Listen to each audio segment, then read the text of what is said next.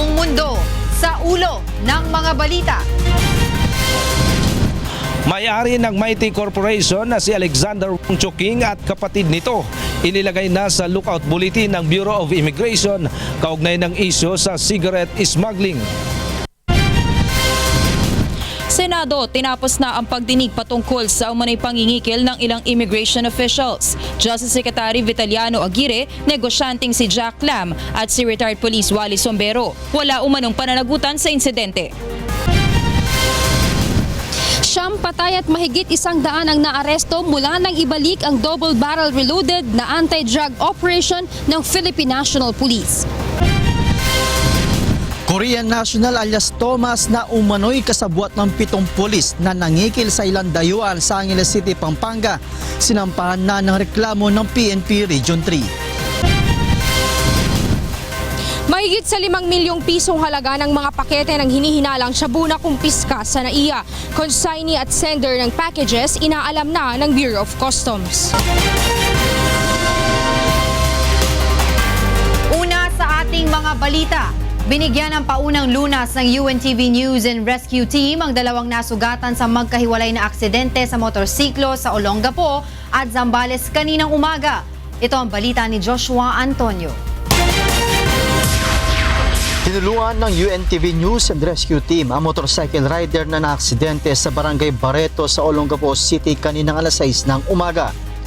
Nilapatan ng first aid ng UNTV Rescue ang mga gasigas sa magkabilang braso ng 41 anyos na si Jericho Barbero. Anyan nawalan siya ng kontrol sa manibela dahil umano sa madulas na kalsada.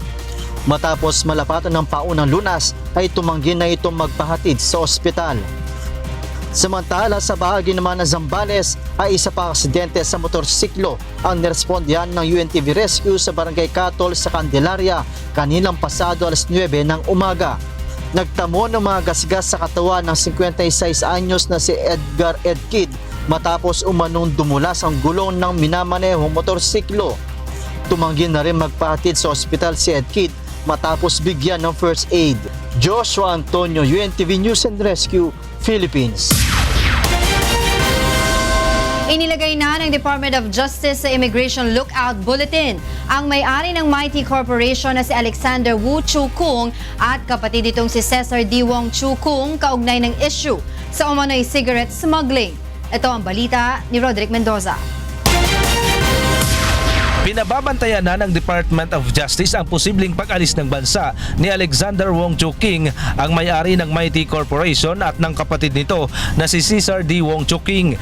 2 magkahiwalay na Immigration Lookout Bulletin Order ang inilabas ni Justice Secretary Vitaliano Aguirre II laban sa magkapatid. Sa ilalim ng inisyong ILBO, inaatasan ang mga immigration officer na agad ipaalam sa tanggapan ng kalihim ang anumang pagtatangka ng magkapatid na umalis ng bansa.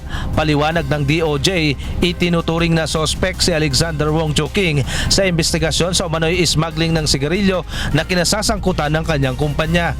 Nakipag-usap na ito kay Secretary Aguirre noong Martes kasama ang kanyang abogadong si Attorney Sigfred Fortun at nangakong makikipagtulungan sa investigasyon sa isyu. Ayon naman sa BIR, dati nang iniimbestigahan ang Mighty Corporation dahil sa hindi nababayarang excise tax sa kanilang mga produkto. Even before the recent incidents, they were already under investigation. Noong nakaraang linggo, 2 bilyong pisong halaga ng umano'y mga pekeng Mighty cigarettes ang kinumpiska ng Bureau of Customs sa Pampanga. 3 empleyado naman umano ng Mighty Corporation ang inaresto kahapon sa Parañaque City dahil sa pagtatapon ng kahon-kahong sigarilyo sa isang lugar doon. Roderick Mendoza, UNTV News and Rescue, Manila. Siyam na ang naitalang nasawi at mahigit 100 ang naaresto mula nang ibalik ang anti-drug operation ng Philippine National Police o PNP. Ito ang balita ni Grace Cassie. Nakapagtala na ng 9 na casualty ang anti-illegal drug operation ng Philippine National Police 4 na araw mula nang ibalik ito. Base sa datos ng PNP mula March 6, 2017 hanggang ngayong araw, 103 na ang naisagawang operasyon kontra droga sa buong bansa. Siyam ang nasawi habang 145 naman ang naaresto. Sa ilalim ng Project Tukhang, mahigit 1,000 bahay na ang nabisita at kinatok kung saan 13 ang umaming gumagamit ng illegal na droga at kusang sumurender sa mga otoridad. Ayon kay PNP spokesperson Police Senior Superintendent Leonardo Carlos, sinisikap ng pambansang pulisya na maging bloodless ang kanilang operasyon ngayon alinsunod sa direktiba ni PNP Chief Director General Ronald De La Rosa. Subalit kailangan din anyang protektahan ng mga pulis ang kanilang sarili laban sa mga kriminal. Magpapatupad po kami ng aming mandato, magpapatupad po kami ng batas. Sisiguruhin po namin na ligtas yung taong bayan, ligtas po ang mga sospek, ligtas po ang ating pong mga alagad ng batas. Pag dumating po sa punto na malalagay sa alanganin ang buhay ng ating taong bayan, ng alagad ng batas, dahil po doon sa aksyon na iprinisenta doon sa sitwasyon ng sospek, kami po ay didepensa. Tiniyak naman ni Carlos na dumadaan din sa investigasyon ng Internal Affairs Service o IAS ang mga pulis na umano'y nakakapatay ng mga drug suspects upang alamin kung lumalabag ang mga ito sa karapatang pantao. Kung meron man, IAS will file the necessary charges and we will make them answer for the wrong act that they did. Samantala, hindi naman pinipilit ng PNP na sumama ang mga kinatawan ng mga religious group sa kanilang Oplan Tokhang. Ang mahalagaan niya ay binigyan nila ito ng pagkakataon upang makita kung paano isinasagawa ang kanilang operasyon. Grace Casim, UNTV News and Rescue, Camp Crame. Inirekomenda ni retired Supreme Court Justice Roberto Abad na sampahan ng kasong administratibo si Judge Antonio Reyes ng Baguio City RTC Branch 61 na isa sa narco-judges na pinangalanan ni Pangulong Duterte noong nakaraang taon. Sa kanyang report na isinumite sa Korte Suprema, sinabi ni Justice Abad na seryoso ang aligasyon ng isang Melchora Nagin laban kay Judge Reyes. Sa kanyang sinumpaang salaysay noong December 2007, sinabi ni Nagin pinawalang sala siya ni Judge Reyes sa drug-related case noong 2005 matapos magbayad ang kanyang pamilya ng 50,000 pesos. Nakasama din umano siya sa pagdadala ng 300,000 pesos para sa acquittal ng isa pang drug suspect noong 2006, ngunit ipinabigay umano ni Judge Reyes ang pera sa kanyang assistant. Kaugnay nito ay iniutos ng Korte Suprema sa Office of the Court Administrator na magsagawa ng inventaryo sa mga kasong hinahawakan ni Judge Reyes at imbestigahan ang driver nito sa aligasyon ng panunuhol. Inatasan din ng Korte ang NBI na hanapin ang mga testigong nabanggit sa report ni Justice Abad, kabilang na si Nagin.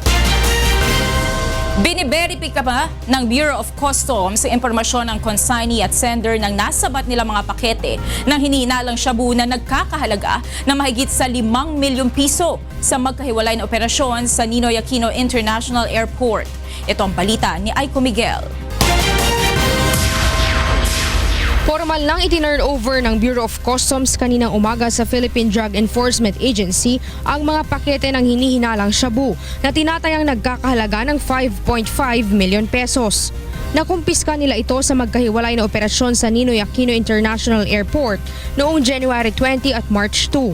Unang nasabat ng BOC ang 10 gramo ng hinihinalang shabu na nakasilid sa mga candy wrapper at inilagay sa isang DHL warehouse commodity sa NAIA. Ipapadala sana ito sa Doha, Qatar para kay Annalyn Junicio mula sa isang Randy Olivares sa Santa Cruz, Manila. Noong nakaraang linggo naman ay naharang nila ang isang kargamento mula sa sender na si Mbiko Madama Aminata sa Republic of Congo para sa isang Joseph Amistad na naka-address sa Tabunok, Talisay, Cebu Province. Isinilid ang 1.2 kilo na shabu sa mga balot ng wigs na nakalagay naman sa isang itim na backpack.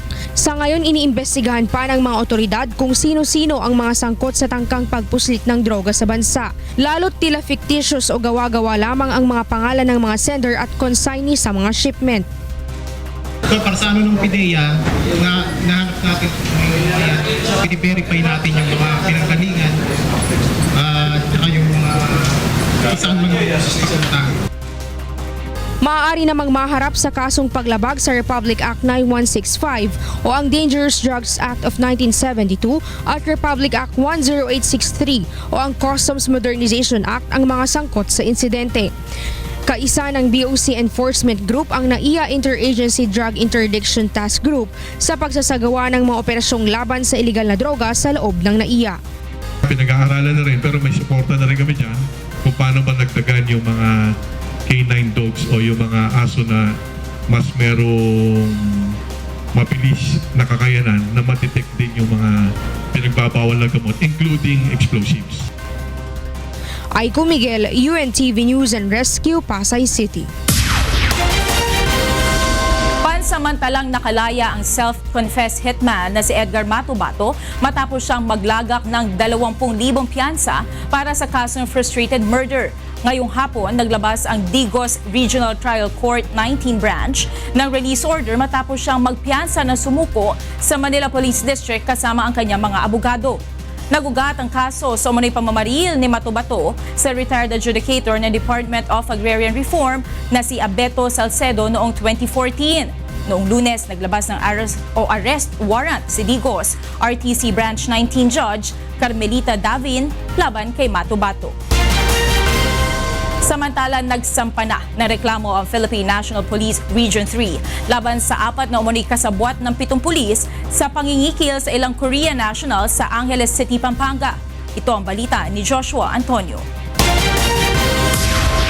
Formal nang sinampahan ng reklamo ng Philippine National Police Region 3 sa Angeles City Regional Trial Court ang Korean national na si alias Thomas kaugnay ng umano'y pangingikil ng 7 pulis sa 3 Korean national noong December 2016.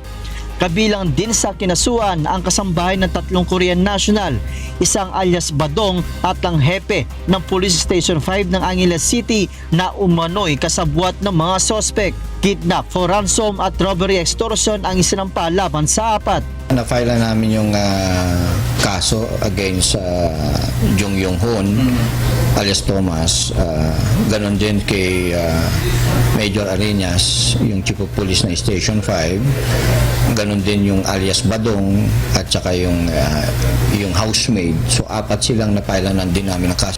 Ayon kay Central Luzon Regional Director Police Chief Superintendent Aaron Aquino, aabot sa 300,000 pesos ang nakuha ng mga sospek sa kanilang mga biktima sa huli nilang operasyon noong Disyembre. 135,000 umano rito ay napunta sa hepe ng Police Station 5. Tig 17,000 pesos sa 7 pulis at 30,000 pesos naman ang nakuha ni Thomas. At ang natitira ay pinaghatian umano nila alias Badong at ng housemaid. Kabilang sa ginamit na ebidensya sa reklamo ay ang pag-amin ng 7 pulis na kumuha sa 3 Korean national sa Friendship Plaza Subdivision noong Disyembre. Those were all based on the executed affidavit of the 7 policemen. Sila nagturo na ang mastermind nito ay si Major Arenas, yung chief of police nila mismo. Nasa restricted custody na ng Angeles City Police Office ang hepe ng Station 5 na si Police Chief Inspector Wendell Arenas habang at large naman si alias Thomas. Samantala, hindi nakabilang sa mga sinampahan ng reklamo ng PNP ang 2 pulis na unang nasangkot sa krimen matapos na umamin ang mga totoong dumukot sa 3 Korean national sa Angeles City, Pampanga noong nakaraang taon. Joshua Antonio, UNTV News and Rescue, Pampanga. Inamin ng PNP Highway Patrol Group na nahihirapan silang matukoy at mabawi ang halos 800 pang nawawalang sasakyan na natangay sa rent sangla scheme sa buong bansa. Ito ang balita ni Leia Ilagan. Pinayuhan na ng Philippine National Police Highway Patrol Group ang iba pa mga nabiktima ng rent sangla scheme na magsampa na ng formal na reklamo laban sa mga nangiingganyo sa kanila. Ito'y upang mapadali ang paghahanap sa nasa 800 pang nawawalang sasakyan na tinangay ng mga sangkot sa modus. Ayon kay HPG spokesperson Police Senior Inspector Jem Delantes, karamihan sa mga nawawala pang sasakyan ay pinaniniwala ang tinanggalan na ng Global Positioning System upang hindi na matrace o chinap-chap na at dinala sa Mindanao. Mayroon pong instances na nangyayari. Actually, mayroon po tayong isang nagreklamo dito na yung GPS nga po tinanggal at nilagay po sa isang jeep, no? Nung tinitrack po nila yung GPS, it turned out na nasa jeep nakakabit yung GPS. So, mahirap po nating i-locate ganun. Delikado naman aniya sa kanila na basta na lamang susugod sa Mindanao upang bawiin ang nasabing mga sasakyan dahil sa usaping pangseguridad. Kaya mas mapapadali aniya ang pag-recover sa mga ito kung may nakasampa ng kaso. Ina-advisean nga po natin sila na lalong-lalo na po yung mga hindi nila malukit yung sasakyan nila. Ina-advisean natin sila na mag-file na lang po ng certain cases doon po sa mga nanloko sa kanila para mapaalarma natin itong mga sasakyan na ito. Patuloy naman ang investigasyon ng PNP sa mga posibleng kasabwat ng mga suspect sa ilang bangko kaya mabilis na aaprubahan ang kanilang car loans. Kung titingnan mo, bakit po ang bilis nilang makalabas ng sasakyan, no? Makaloan ng sasakyan. So yun po ang tinitingnan natin na anggulo kung baka nga po posible po na may kasabwat. Sa ngayon, nasa 1,800 sasakyan ang estimate ng Highway Patrol Group na natangay sa modus, ngunit nasa 1,000 pa lamang ang nababawi. Sa ngayon, nahaharap na sa kasong large-scale estafa ang mga sinasabing utak ng scam na sina Tay Chicos Nambio, Rafaela Anunciacion, Eleonor Lea Rosales, Jenilyn Beria at Anastasia Kauyan. Leia Ilagan, UNTV News and Rescue, Camp Crame. Itinalaga ni Pangulong Rodrigo Duterte bilang Acting Foreign Affairs Secretary si Undersecretary Enrique Manalo matapos na i-reject kahapon ng Commission on Appointments ang ad interim appointment ni Attorney Perfecto Yasay. Ayon kay Presidential Spokesperson Ernesto Abella, si Manalo muna ang tatayong Foreign Affairs Secretary hanggat wala pang naitatalagang bagong kalihim ng DFA si Pangulong Duterte. Si Manalo ay Undersecretary for Policy ng DFA at naging Philippine Ambassador to the United Kingdom. He will hold the position until the President appoints a new secretary. All right. In the meantime, Yusek Manalo is an excellent transition man and has been on top of many crucial issues together with Attorney Perfecto Yasay. Tikom naman ang Malacanang sa kung sino ang napipisil ngayon ng Pangulo para sa nabakanting pwesto, bagaman una na nitong binanggit si Senator Alan Peter Cayetano. Sa ngayon ay hindi pa maaring humawak ng anumang cabinet post ang senador dahil wala pang isang taon makalipas ang 2016 national elections. Personal na nagpaabot ng pakikiramay si Pangulong Rodrigo Duterte sa pamilya ng mga pulis na nasawi sa nangyaring pananambang ng mga pinaghihinalaang miyembro ng New People's Army sa Bansalan, Davao del Sur. Binisita ng Pangulo ngayong hapon ng burol ni PO1 Rolly Benelayo at PO3 Heden Mi Rabor. Sa kabila na nangyari, pabor naman ang asawa ni PO3 Rabor na ituloy ang usapang pangkapayapaan sa Communist Party of the Philippines upang wala nang magbuwis ng buhay sa bakbakan. Samantala nailibing na ang mga labi ni PO1 Saro Mangotara sang-ayon sa tradisyon ng mga Muslim habang inilipat naman sa Kidapawan City ng kanyang mga kamag-anak ang mga labi ni PO1 Joey Narvaza. Pinag-iingat naman ni PNP Chief Ronald De La Rosa ang mga pulis laban sa mga pag-atake ng New People's Army. Kinala magbantay yun. Magbantay yung dapat mag-agresibo ta sa operations kay kinahanglang kita makauna, dili kita maunahan. So dapat nga, kung di pa ako coordinate sila sa EAP para magtinabangay sila mag-operate. Ipinahayag naman ng Malacanang na posibleng may epekto sa usapang kapayapaan sa rebeldeng grupo ang huling pananambang sa mga pulis sa Davao del Sur ng umano'y mga miyembro ng New People's Army. Ito ang balita ni Rosalie Cos. Aminado ang Malacanang na makakaapekto sa ginagawang pag-uusap ng pamahalaan at CPP, NPA, NDF ang pinakahuling insidente ng pag-atake sa Government Security Force kamakailan. 4 na pulis ang nasawi matapos tambangan umano ng mga miyembro ng New People's Army sa Barangay Sibayan, Bansalan, Davao del Sur, Miyerkules ng umaga. Ayon sa inisyal na investigasyon ng Police Regional Office 11, re-responde lang sana ang mga pulis sa isang murder incident sa nasabing barangay. Subalit bago pa makarating sa lugar, tinambangan na sila ng mga rebeldeng New People's Army saka pinagbabaril. I cannot quantify, but I'm sure quality-wise it will influence. it will influence. It will influence the talks. That should be, I suppose the conversation will be that there should be firmer action coming from the CNN side on the people on the ground. Nagpahiwatig kamakailan ng interes si Pangulong Rodrigo Duterte na muling makikipag-usap sa mga rebelde basta't sincero ang mga itong makipagkasundo sa pamahalaan. They should stop extortion and that there should be a bilateral ceasefire. In other words, that they should also cease action. That they should, in fact, take it upon themselves to be responsible for their own people.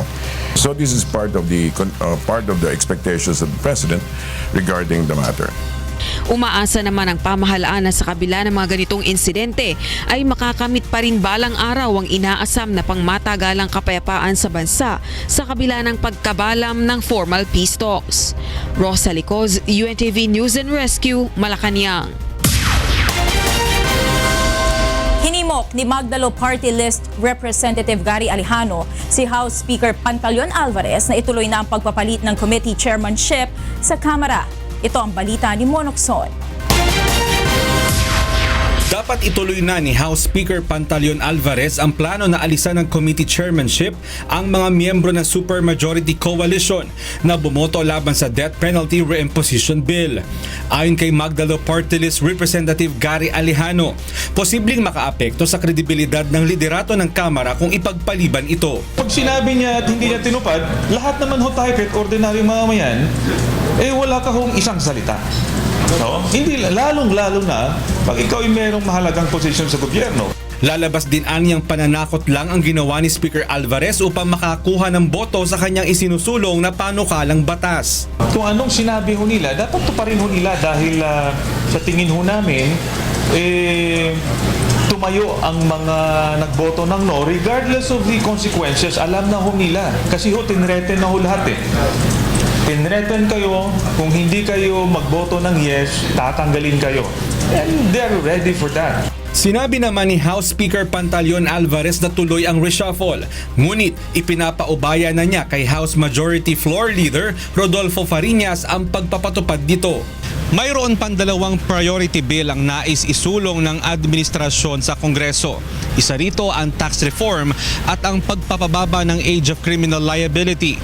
Ayon kay Alejano, kung nais ng administrasyon na ito ay masuportahan, kailangang magkaroon ng paninindigan ang liderato sa Kongreso. Mon Hocson, UNTV News and Rescue, Quezon City. Pinaghahandaan na ng Department of Health o DOH ang nalalapit na pagpapatupad ng nationwide smoking ban. Ayon kay Health Undersecretary Gerardo Bayugo, isang task force na binubuo ng iba't ibang ahensya ng pamahalaan ang magpapatupad sa polisiya sakaling mailabas na ang executive order ukol dito. Inaasahan ng DOH ang pagbaba ng bilang ng mga naninigarilyo sa bansa, lalo't kasama sa EO ang paglalagay ng mga lugar sa isang establishmento kung saan lamang maaaring manigarilyo. Nakasupport ang Pangulo doon sa ating executive order para dito sa smoking ban, which will also promote health of Filipinos in general. Nanawagan din ng DOH sa ating mga kababayan na huwag manigarilyo lalo na sa loob ng kanilang mga tahanan upang hindi magkasakit ang kanilang mga pamilya. Naghahanda na ang Department of Education o DepEd para sa isasagawang drug testing sa mga kawani at mga mag-aaral sa nalalapit na school year. Kaugnay nito, nanawagan si DepEd Secretary Leonor Briones sa mga magulang na mga mag-aaral na mapapabilang sa random drug test na payagan ng kanilang mga anak. Ito ang balita ni Leslie Longbowen. Pasisimulan na sa darating na school year ang random drug test na programa ng Department of Education sa pakikipagtulungan ng Department of Health. Bilang paghahanda, kasalukuyang sumasailalim sa orientation training ang mga regional at schools division personnel ng DepEd pagdating sa specimen collection at iba pang mga bagay ukol sa drug testing process. Saklaw ng programa ang mga guro sa elementarya at sekundarya, mga opisyal at kawani ng kagawaran sa Central, Regional at School Division Offices, maging mga estudyante sa senior high school. Nilinaw naman ni Education Secretary Leonor Briones na kailangang magbigay ng permiso ang mga magulang ng mga estudyante na mapapabilang sa random drug testing. Kaya naman umapila ito sa mga magulang na payagan ng kanilang mga anak na sumailalim dito para na rin sa kanilang kapakanan. I would like to appeal to the parents of our learners to please give your consent if your children are tapped to be part of the sample for drugs testing. It does not mean that they are into drugs. It's just a statistical exercise, and we would like to get your consent. Ang isasagawang mandatory drug testing ay naaayon sa Section 36 ng Republic Act 9165 o Comprehensive Dangerous Drugs Act of 2002. Ang programa ay bahagi rin ng pagsuporta ng kagawaran sa kampanya ng pamahalaan laban sa iligal na droga. Leslie Longbowen, UNTV News and Rescue, Quezon City.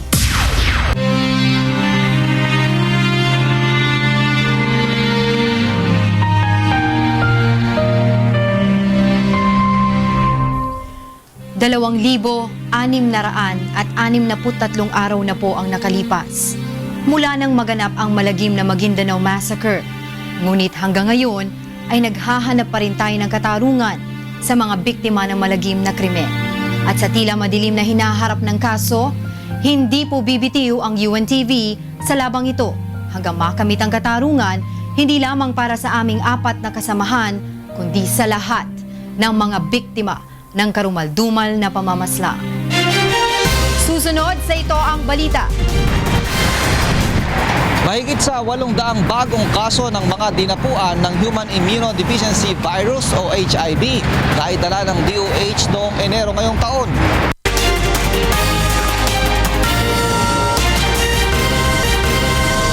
Magpapatupad ang Meralco ng 66 centavos kada kilowatt hour na dagdag singil sa kuryente ngayong buwan ng Marso. Nakapaloob na rito ang 22 centavos per kilowatt hour na power rate hike dahil sa epekto ng malampaya maintenance shutdown. Ibig sabihin, 132 pesos ang madaragdag sa electric bill ngayong Marso na mga kumukonsumo ng 200 kilowatt hour kada buwan. 198 pesos para sa 300 kilowatt hour consumption, 264 pesos sa 400 kilowatt hour at 330 pesos naman para sa mga gumagamit ng 500 kilowatt per hour kada buwan.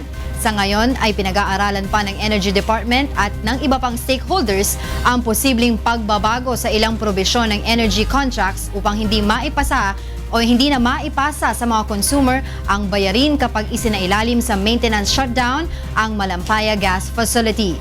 Patuloy namang hinihikayat ng DOE ang publiko na magtipid sa paggamit ng kuryente. Ngayong Fire Prevention Month, muling nagpaalala ang Bureau of Fire Protection sa mga dapat gawing oras na magkaroon ng sunog at mga dapat tandaan upang maiwasan ito. Ito ang balita ni Grace Cassie. Kaliwat kanang sunog na ang naganap sa iba't ibang lugar sa bansa bago pa sumapit ang Fire Prevention Month. Ayon sa Bureau of Fire Protection, 25% ng sunog sa bansa ay naitala sa National Capital Region at patuloy pa ang pagtaas nito kada taon. Kadalasang nangyayari ito sa mga residential areas at mga informal settlers. Pangunahing dahilan pa rin ng sunog ay ang problema sa kuryente, naiwang kandila, gasera, kalan at sigarilyo. Bunsod nito, mahalagang malaman ng ilang tips kung ano ang dapat gawin kapag may sunog. Sakaling kapitan ng apoy ang damit, huwag tumakbo. Sa halip, gumulong sa lupa upang mamatay ang apoy. Kung sakasakaling yung niluluto mo na susunog, huwag mo sasabawin ng tubig. Dahil baka mamaya, yung tubig lilipat lang doon sa mantika, tatalsik yung mantika, kakalat lang yung apoy sa kortina. Ang dapat doon, saklubban mo ng tuwalyang basa o kumot na basa o kaya buhangin. Huwag din matataranta, mainam na gumapang at agad humanap ng maaaring malabasan. Pagka punong-puno na ng usok ng bahay, ang usok, meron tinitirang mga 1 foot above the floor level, meron pa. Pwede kang gumapang papalabas. Subalit ayon sa BFP, prevention is better than cure. Kaya dapat malaman ng publiko ang mga hakbang upang maiwasang magkasunog. Una, patayin ang main switch kapag aalis ng bahay. Bago matulog, siguraduhing walang naiwang nakasinding kandila at gasera. I-check kung natanggal ang saksakan ng mga appliances na hindi naman ginagamit. Iwasan ang octopus connection. Huwag na rin gumamit ng mga sira at substandard na mga appliances at extension. Maglagay din ng mga emergency hotline sa lugar na madaling makita sa loob ng bahay. Para naman sa mga gusali, ito ang paalala ng BFP. Pagka mataas ang building mo, kailangan may sprinkler system. para automatic, di ba? At yung mga exits ng mga buildings na yon, kailangan merong panic hardware, yung pagka tinulak mo, bubukas, tapos sasara self-closing at hindi ka na makakabalik.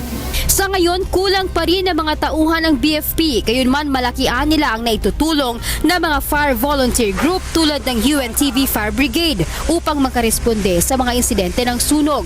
Mula nang ilunsad ang UNTV Fire Brigade, nasa 250 sunog na ang narespondehan nito sa buong Metro Manila. Grace Casin, UNTV News and Rescue, Philippines. Sa ibang balita, tinapos na Senate Blue Ribbon Committee ang investigasyon sa isyu ng umano'y pangingikil ng ilang immigration officials sa negosyanteng si Jack Lam. Mula sa Senado, ito ang balita ni Joyce Balancio, live.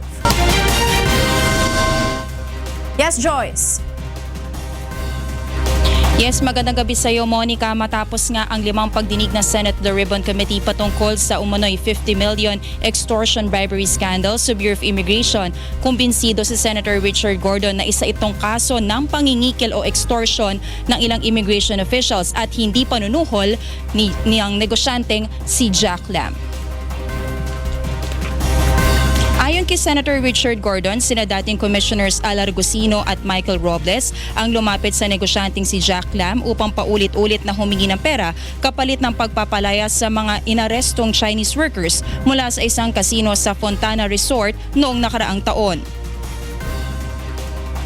It's extortion, outright extortion. Kasi nagbayad pa sila ng nakita nyo, di ba? 50 billion ang binigay. Nung hindi na makakuha, napilitan na magbayad ng bond, bail. What you should have done is turn over the money right away.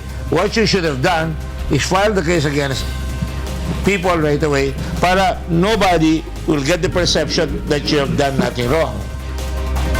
Hindi rin umano ligtas sina Commissioner Jaime Morente at dating Intelligence Division Chief Charles Calima sa pananagutan, lalo na't lumalabas na itinago nila kay Justice Secretary Vitaliano Aguirre ang impormasyon ng pagtanggap nila Robles, Argusino at Calima ng pera mula sa negosyante.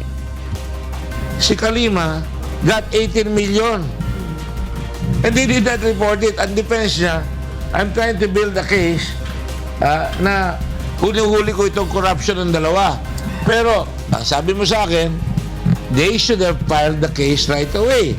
Sabi ko kay Morente, meron ka ng 18 million. Bakit pinauwi mo pa siya? Bakit di mo siya dinala kay Secretary of Justice? Bagaman kanya galing ang 50 million, wala rin umanong pananagutan si Jack Lam at biktima lang umano na extortion ang kanya mga operator kung saan nahiram ang bahagi ng 50 million. Kahit pa si retired police Wally Sombero na umaming nakatanggap ng 10 milyong piso mula sa pagiging umano'y middleman ng immigration officers at ni Lam ay wala rin umanong sala sa nangyari. Batang Stadium was trying to make money from both sides. What's wrong with that? I mean, he wants to get a representation fees. Di ba? Naniniwala rin si Senator Richard Gordon na hindi dapat madiin si Justice Secretary Vitaliano Aguirre kahit pa inamin niya ang umano'y pakikipagpulong sa kampo ni Lam at ang pag-aalok din sa kanya-anya ng bribery money dahil wala rin anya siyang pananagutan at inosente ang kalihim. You're asking me as a lawyer, I don't think I was able to prove anything against Aguirre. Well, there will probably be a cautionary statement. I'm not sure. I'll have to. Samantala, muntik nang ma-cite in contempt si Robles matapos itong tumanggi na sumagot sa tanong ng mga senador dahil sa kasalukuyang investigasyon ng ombudsman sa kanyang mga kaso. Pero dahil humingi ito ng tawad kay Senator Richard Gordon bago matapos ang pagdinig kanina, ay hindi na tinuloy ng komite ang banta nito. Monica, ayon nga kay Senator Richard Gordon ay maghahanda na sila ng committee report na siya naman maglalaman ng mga rekomendasyon na mga maaaring panukala batas na maaaring maipasa sa Kongreso. Kabilang na nga dyan yung naisip nilang pag-improve o pag-develop ng regulations pagdating sa online gambling business. Monica? Maraming salamat, Joyce Balancio, live mula sa Senado.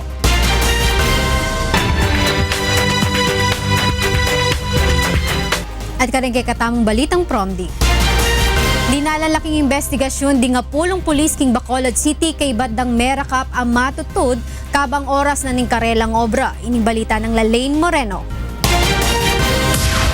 Ulo ka non-commissioned officers sa Bacolod City Police Office ang ginpahalin na sa pwesto matapos madakpan ang mga ini nga nagatulog samtang naga-duty. Suno kay BCPO spokesperson Police Superintendent Noel Pulines. Nakuhaan sang picture kag CCTV footage nga nagatulog ang pulo apang nagbalibad ang mga ini nga maghatag sa amon sang kopya. So that's why sa nag-check siya, so dito siguro nakita nga ang mga pulis nga indeed tulog sa ilang post sang time nga nag-inspection siya. Yes, kay nakuha na siya picture sang aton nga UD. At the same time, may CCTV camera man kita dira. 7 diri ang halin sa Police Station 10 kag 3 naman sa Police Station 2. Temporaryo anay nga ginsaylo sa Public Safety Company ang mga pulis samtang ginapaidalom sila sa pre-charge investigation. Gin-relieve ta sila. And then conduct an investigation kag kung ma-found out naton nga hindi sila may violation, then administrative case niya dapat para hindi sila pagsundon sa iba, no? Suno kay Police Superintendent Noel Pulines, kung mapamatud-an nga naglapas ang mga ini, mahimo sila suspendihon sang 5 hasta 15 ka adlaw. Mahimo man sila matubang sa kaso nga administratibo. Hugot nga ginadumili sa mga pulis ang magtulog samtang naga-duty ilabi na gid sa gabi. Dapat man nga nakaalerto ang mga ini kag may nagabantay nga desk officer 24 oras sa tanan nga police station. Lalaine Moreno, UNTV News and Rescue, Bacolod City. Ginuklat na nening Department of Health king Central Luzon ning mumunang Dealing Healthy Women Healthy Economies Initiative Program bilang dake ning selebrasyon ning National Women's Month. Ining balita ng Joshua Antonio. Inumpisan niya ng Department of Health kay Central Luzon ang mumunang Dealing Healthy Women Healthy Economies Initiative. Iti bilang pamagmasusi kin National Women's Month ang makitemang We Make Change World for Women kin Pampanga. Inisatibo ni itining Asia Pacific Economic Cooperation ang makikapagnasan apabya sila pa din kibabainan kim pamakyabe kim pamipasulong ni ekonomiya kim pamamilatan na ning pamipakayap kim karelang kabilyan.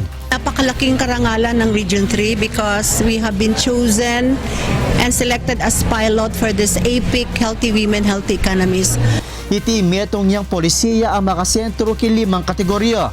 Mumuna in workplace health and safety, kadwa in health awareness access, katlo in sexual and reproductive health, kapat in gender-based violence, at kalima in work or life balance. Kapag nasan na ni programa ay ilako in gender discrimination at bang akilala in maulagang partisipasyon rading kibabainan kim pamanyulong ning ekonomiya ng bansa. Sinasabi natin that we have to make sure that the women in labor force should be healthy for them to be able to contribute to productivity. At ang dana na inyang milabasan ng banwa in Region 3 ing mepili ang maging pilot site bang ay patupad in programang iti. Joshua Antonio, UNTV News and Rescue, Pampanga. Menok na nga nalaring halos sa 2,000 miyembro ning kalipunan ng damayang mahihirap o kadamay king telakad ng bale para karela ning National Housing Authority king Pandi, Bulacan. Samantala may sagawa lang noise barrage ing grupo daring babae king Bataan bang batikusan ding epekto na king kalikasan ning meto nga coal plant. Ining balita ng Nestor Torres. Sa Limay, Bataan, nagsagawa ng noise barrage ang grupo ng mga babae malapit sa coal plant sa barangay Lamaw, Limay, Bataan. Kinokondena ng mga kababaihan ang umani pagsira ng naturang planta sa kalikasan. Ito yung tema na gusto naming iparating sa araw ng pandaigdigang araw ng mga kababaihan. Ang ating karapatan ay labanan ang lahat ng mga nakasisira sa ating kalikasan, ang karapatan natin sa pagkakaroon ng isang malinis at balansyadong kalikasan. Kabilang rin sa mga nakiisa sa protesta ay mga babaeng biktima ng karahasan. Sana po mabigyan ng aksyon yung mga biktima, no, ng karahasan, lalong-lalo na sa kababaihan na hanggang ngayon ay wala pa ring hustisyang nakamtan. Sa Pandi, Bulacan, nasa 2,000 mahirap na nagmula sa Urban Poor Group na kalipunan ng damayang mahihirap o kadamay. Ang sapilitang inukupa ang mga pabahay ng National Housing Authority sa Pandi, Bulacan kahapon. Kabilang sa mga sumugod ay mga babaeng miyembro ng grupo na ginugunita ang International Women's Month. Ang Villa Luis at BJMP Village ay bahagi ng socialized housing project ng gobyerno para sa mga sundalo at pulis. Panawagan ng mga nagprotesta kay Pangulong Duterte na mabigyan sila ng maayos at disenteng pabahay gaya ng kanyang mga ipinangako. Kasama ang Bataan News Team, Nestor Torres, UNTV News and Rescue, Bulacan. Etiyan kay katamong balita, iba't king miyayaliwang lugar king kay katamong bansa. Ako Ifrima sa Longga Gloria, Maya Pabengi. Wala pa ring desisyon ng Commission on Appointments kung aaprubahan ang appointment ni Environment Secretary Gina Lopez sa kabila ng maghapong pagdinig ngayong araw. Mula sa Pasay City, ito ang balita ni Aga Kaakbay, live. Aga. Yes, magandang gabi Angela. Ipinagpaliban ng Commission on Appointment ang paglalabas ng resulta tungkol sa appointment ni Secretary Gina Lopez bilang kalihim ng DENR. Ayon kay Senator Manny Pacquiao, sa darating na Martes ay magkakaroon muna ng caucus o executive session ang mga miyembro ng komite upang pag-usapan ang kumpirmasyon nito. Caucus lang ito, caucus. Caucus lang kasi aalis siya eh. We request her to stay but she committed already the appointment in the state, so we cannot stop her. Sa ginawang confirmation hearing o sa ginawang confirmation hearing, dumaan sa matinding interogasyon ang kalihim mula sa mga oppositors sa kanyang confirmation. Nasa 20 oppositors ang dumalo sa confirmation hearing na kinabibilangan ng mga kinatawan ng Chambers of Mines in the Philippines, mining engineers, UP miners at mula sa pambansang coalition na binubuo ng mga geologists, scientists at scholars at mga kumakatawan sa mga sangguniang panlalawigan ng Surigao del Norte at grupo ng mga manggagawang nawala ng hanap buhay sa pagmimina, mga health workers at mga minero ng Zambales. Giit ng mga oppositors, walang kapasidad, hindi kwalipikado at walang sapat na kaalaman si Lopez upang pamunuan ang DENR. Anila, tila hindi nito napag-aralang mabuti ang sitwasyon ng mining industry bago ipinasara o sinuspindi ang ilang minahan sa bansa. Sinabi naman ni Secretary Lopez na may mga pagkakataon talaga na nagiging emosyonal siya sa pagdating sa pagtugon sa kanyang tungkulin, ngunit iginiit na suportado naman ng batas ang kanyang mga naging hakbang. All the violations are laws violated. There is a law backing each violation that we say they violated. We followed due process every single step of the way. Ayaw rin anyang makipag-away sa mga tao, ngunit tungkulin niya na maprotektahan ang kalikasan. Binigyan diin pa ng kalihim na handa siyang makipagtrabaho sa mga mining companies na susunod sa safety laws. Yan muna ang balita mula dito sa Senado. Balik sa iyo, Angela. Maraming salamat sa iyo, Aga Kaakbay. Live na nagulat mula sa Pasay City.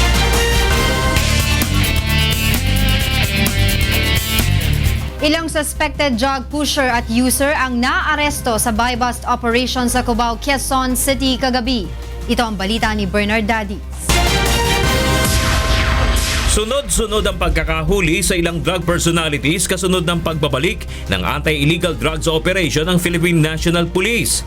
Kagabi, isang tulak umano ng droga kasamang 3 pang mga parokyano ang naaresto sa buy-bust operation sa Arayat Street sa Barangay San Martin de Porres sa Quezon City bandang alas 9 kagabi. Kinilala mga ito na sina Mark Anthony Ignacio, Michael Ramos, Teresa Makoto at Luz Biminda Makoto na may-ari ng bahay na ginawa na rin umanong drug den. Hindi naman umano ng laban ng mga suspect nang ito ay arestohin na ng mga backup na pulis. Nabatid na marami na ang mga nagrereklamo sa lugar dahil sa pagiging talamak umano ng bentahan ng droga. Pumari, walang mangyayari na hindi ka nais-nais kung kailangan na talaga huliin nila sila ng maayos unless otherwise kung sila ay lalaban. Na-recover sa mga suspect ang mga bulto ng hinihinalang shabu na nagkakahalaga ng higit kumulang sa 100,000 piso, ang 2,000 pisong mark money at mga drug paraphernalia. Aminado naman si Ignacio na nagbebenta ito ng shabu, ngunit hindi nito kinilala ang pinagkukuhanan. Balik na sa kapulisan yung panguhuli ng droga, tigilan na po nila yan at walang may dudulot na maganda yan. Kamukha nito sa nahuli natin, Nobel ang kinakaharap niyang asunto ngayon. Bernard Daddies, UNTV News and Rescue, Philippines.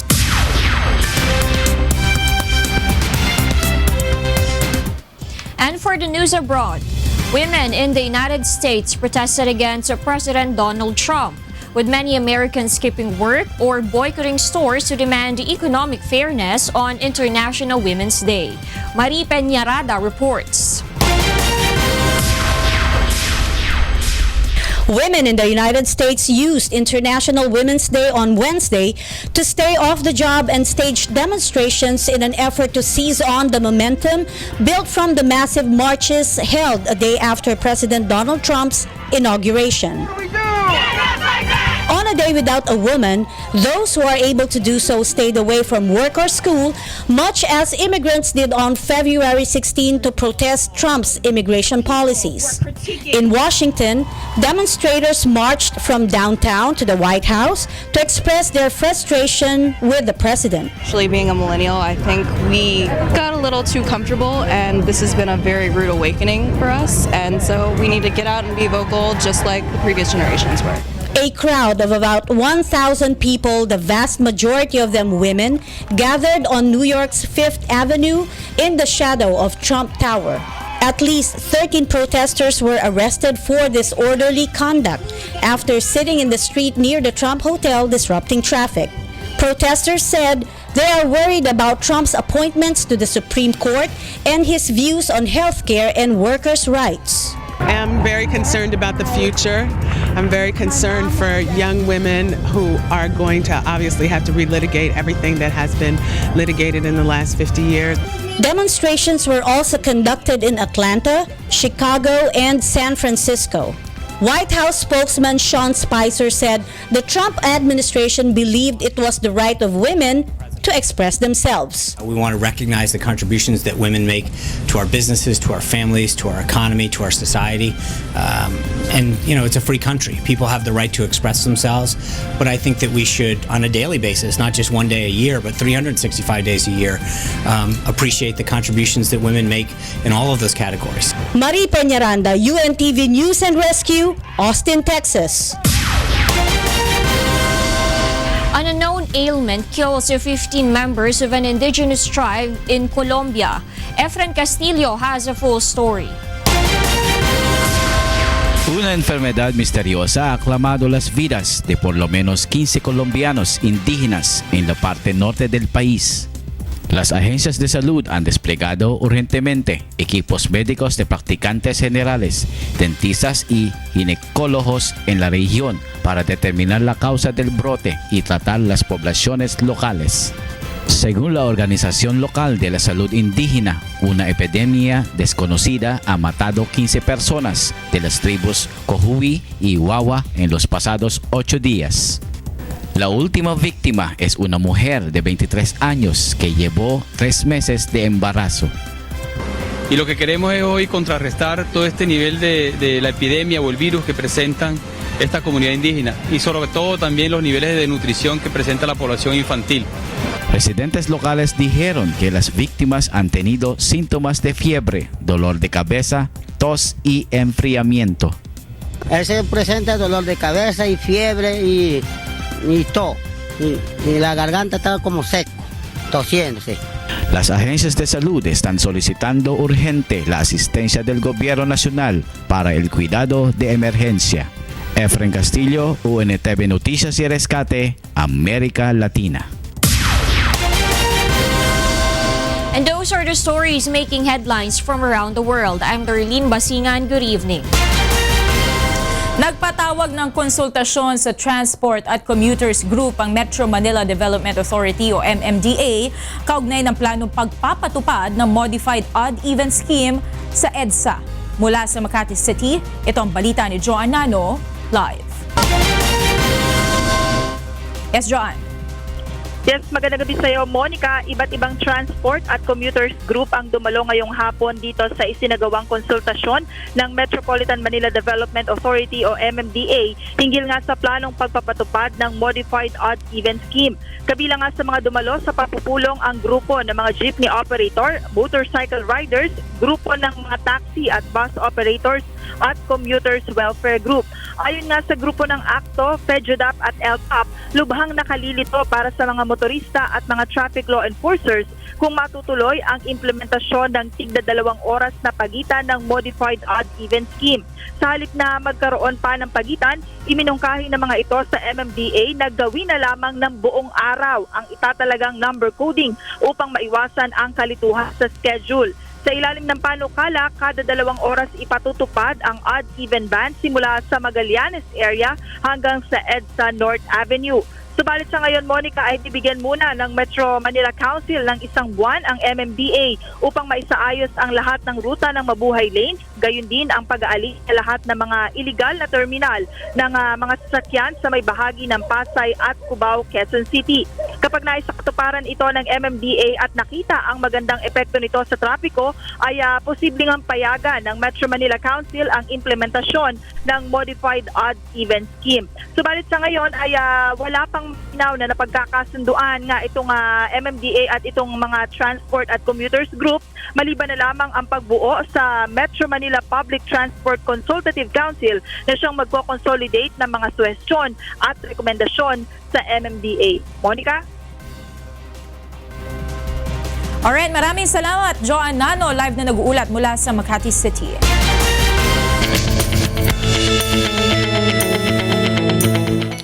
Tumaas ang bilang ng mga nahawa ng HIV o Human Immunodeficiency Virus mula noong buwan ng Enero. Karamihan sa mga ito ay mga lalaki habang ang pinakabata naman ay nasa 3 taong gulang. Ito ang balita ni Ray Pelayo.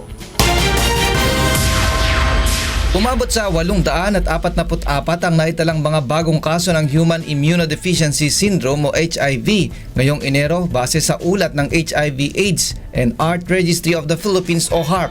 Mas mataas ito ng 5% kumpara sa naitalang 804 cases noong January 2016.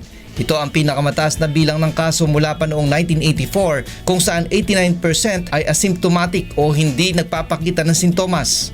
Pinakabata sa mga nagpositibo ay 3 taong gulang habang ang pinakamatanda naman ay 66 years old. Pinakamarami sa mga naitalay mula sa National Capital Region na may 307 cases o 36%, sumunod ang Regions 4A, 3, 7 at 11. 826 cases ay nahawa sa pamamagitan ng pakikipagtalik, 16 ay dahil sa ginamit na syringe ng mga drug users, 2 naman ay mga batang nahawa mula sa nanay at 5% ay nahawa dahil sa pakikipagtalik sa kapwa lalaki. 65% naman mula sa naturang bilang ay overseas Filipino workers na kung saan 58 sa mga ito ay lalaki. Sa ngayon, ang ating figures, 96% na sa lalaki at 4% na lang sa babae. Ang isang dahilan, ang isa sa pinaka-common na dahilan para ito ay mahawahan, yung by MSM, tawag natin, men having sex with men.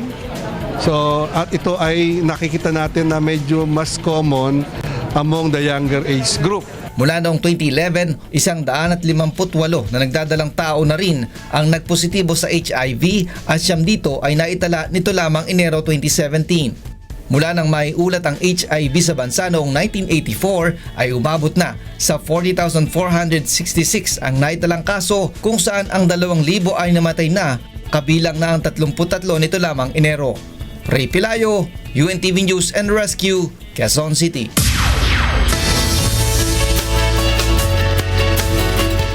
Binigyang pagkilala ng Philippine National Police Cordillera ang UNCV dahil sa walang sawang pagsuporta sa mga programa at proyekto nito.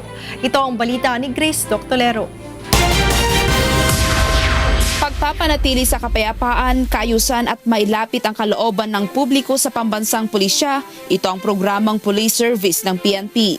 Kasabay ng pagdiriwang ng ika-26 na taong foundation din ng PNP, pinarangalan ang iba't ibang sangay ng PNP Cordillera, mga individual at mga grupong naging katulong ng pambansang pulisya pagdating sa public service.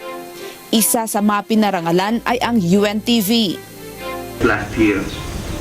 Indeed, 2016 has been a momentous year for PNP Cordillera.